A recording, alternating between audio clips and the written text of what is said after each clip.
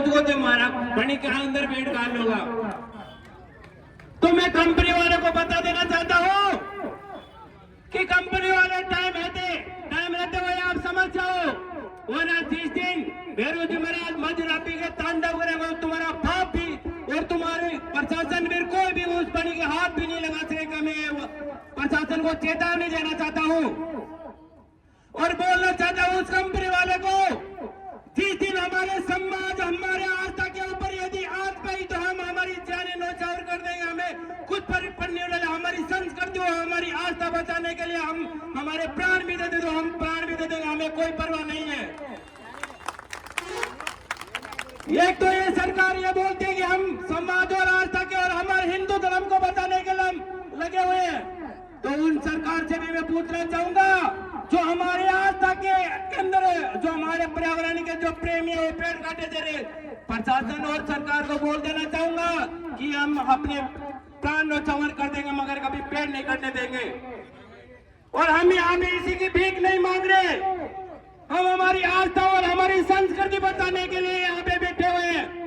और प्रशासन को बोल देना चाहता हूँ और कंपनी वालों को बोल देना चाहता हूँ कि आने वाले टाइम में आज यदि हमसे आके मिल ले और बात कर ले, वरना हम तुम्हारे यहाँ पे भीख मांगने नहीं आएंगे। हमारे गांव के अंदर, हमारे किराड़ी के अंदर हम वहां करना देंगे और तुम्हारे में हिम्मत है तो आता ना, हम देख लेंगे आपको। उस भाई के पास पिकअप है, यहाँ पे लाके वो बैरिकेड लगा दे, हमको खुद को लाना पड़ेगा। हमारी सुरक्षा हमारे पास में, ये हमारे पेड़ों की सुरक्षा नहीं करेगा तो हमारी सुरक्षा तो क्या करेंगे। और प्रशासन और सरकार को बोलना चाहता हूँ कि आने वाले टाइम में यदि आप आज यहाँ पे आके बैठ के फैसला करने वाले, हम यहाँ पे आपके दर पे भीख मांगने नहीं आएंगे, हम हमारे पेड़ों के साथ में रहेंगे, वहीं पेड़ों से मिलजुल के वहीं करेंगे। तुम्हारे में हिम्मत है तो आके दिखा देना। भाई दारा सिंह ने बताया ना, आप पोल लगाओगे तो पता नहीं चलेगा आपको कि कब ये टावर गायब हो गया। हमारे पास ऐसे आदमी भी है, हम कोई पानिया बामन नहीं, हम कोई नौकरी नहीं करते, हमारे पास में वो पानिया जो तुम हथियार रखते हो उसके खोल लेके वो भी हमारे पास में है। आपको पता नहीं चलेगा, एक टावर खड़ा करके देख लो, आपके अंदर हिम्मत है तो। मैं कंपनी वालों से चेतावनी देता हूँ, तो तुम्हारी माँ ने दूध पिलाए तुझे तो यहाँ पे एक टावर खड़ा करके देखो, बाद में पता चलेगा कि बेरोजी महाराज तांडव कैसे करता है।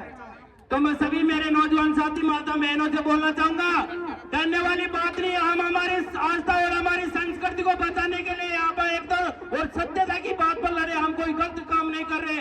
हमारी आस्था और हमारी संस्कृति बचाने के लिए और हमारे बेरोजी महाराज की बड़ी बचाने के लिए यहाँ पे लड़ रहे। हमारी विजय होगी, विजय होगी, विजय होगी। जय बेरोजी महाराज की जय।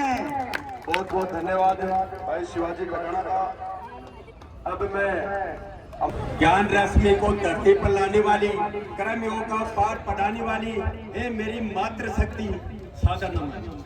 भक्ति के क्षेत्र में अद्वितीय उदाहरण देने वाली भाई मीराबाई को सत सत नमन। भगवान प्रभु मैं आपसे वादा करता हूँ कि इतना देना कि नेक मेरा काम चल जाए, वो का इतनी देना कि औरों का भला हो जाए, आंखों में शर्म इतनी देना जगदम्बा के समान मातृ शक्ति का सम्मान हो जाए। बाकी उम्र ले लेना, इन भाई बंधु का बोझ न बन जा। सबसे पहले मैं इस पंडाल के अंदर विराजमान मेरे युवा साथी और पिता तुल्य और मातृ शक्ति को नमन करता हूं। सबसे पहले इस पंडाल के नीचे बेरोजी महाराज की आस्था लेकर दो चार पार्टी के आदमी बैठे, रोहतास जी की टीम, बोफार जी की टीम, रमेश जी की टीम, सुनील भाई की टीम। लेकिन देखो संघर्ष कितना है, सारे के सारे नौजवान एक थाली में खाना खाए। सबसे बड़ी खुशी मेरी इस बात की, सबसे बड़ी खुशी है मैं लगन आपका विश्वास हमारा सबको गुड़ खिलाएंगे। यूं वर्षता से चलोगे तो स्वर्ग पे लाएंगे, ऐसे मिलके आप चलोगे तो आकाश पाताल पाताल। मैं बडाना जी से कहना चाहता हूँ कि रविंद्र जी बडाना से आप युवा नेता हैं, लेकिन सबसे जब पूछा जाए कि सबसे ज्यादा मेरी बात सुनो कि कौन फोन करता है, कौन संतों ने कहा है चूल्हा की आग ने पानी से बुझा दूं, कालजा की आग बुझे कौन, कालजा के अंदर की आग नहीं बुझती है। माइड जने तो एड़ा जने, अरे माइड जने तो एड़ा जन के दाता के सूर या तो रिंजे बालजड़ी मती कमाजे मुंह। गिरावड़ी गांव छोटा नहीं, हाथ मजबूत और ताकत का टोटा नहीं। गिरावड़ी वालों के क्या है, इन्होंने पहले बोल दिया कि 2 मिनट से ज्यादा नहीं लेना है। मैं एक बात और बताना चाहता हूँ कि अरे माथे पर लाल रंग नहीं लगता जब तक गिरावड़ी वाले किसी को तंग नहीं करता। भूल जाते दुनिया, भूल जाते लोग, और भैरू जी महाराज की बड़ी के कभी जंग नहीं लगता। हर पेड़ के जंग लगता है, लेकिन उस दो के कहीं भी जंग नहीं लगता है।